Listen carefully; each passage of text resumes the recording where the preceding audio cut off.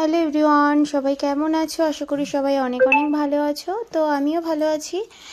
তো চলো আজকে তোমাদের সাথে একটা জিনিস শেয়ার করব। এটা হচ্ছে জগন্নাথ মন্দিরের পদ্মপুকুর।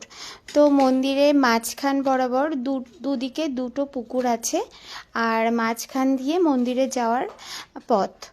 তো পদ্মফুল তো আমার দেখার সৌভাগ্য হয়নি, কারণ পদ্মফুল একটাও ছিল না, গাছগুলো কেমন নষ্ট হয়ে গেছিলো।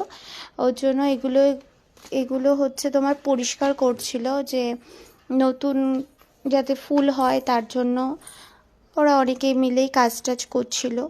তো আমি পুকুর থেকে জল নিয়ে এসেছিলাম। তো ঠাকুরের জল হিসাবেই নিয়ে এসেছি জলটা। তো থাক ঘরে, জগন্নাথ মন্দিরের জল।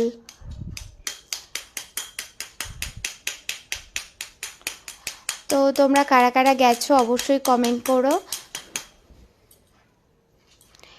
আমার তো মোটামুটি খুবই সুন্দরই লেগেছে মন্দিরটা।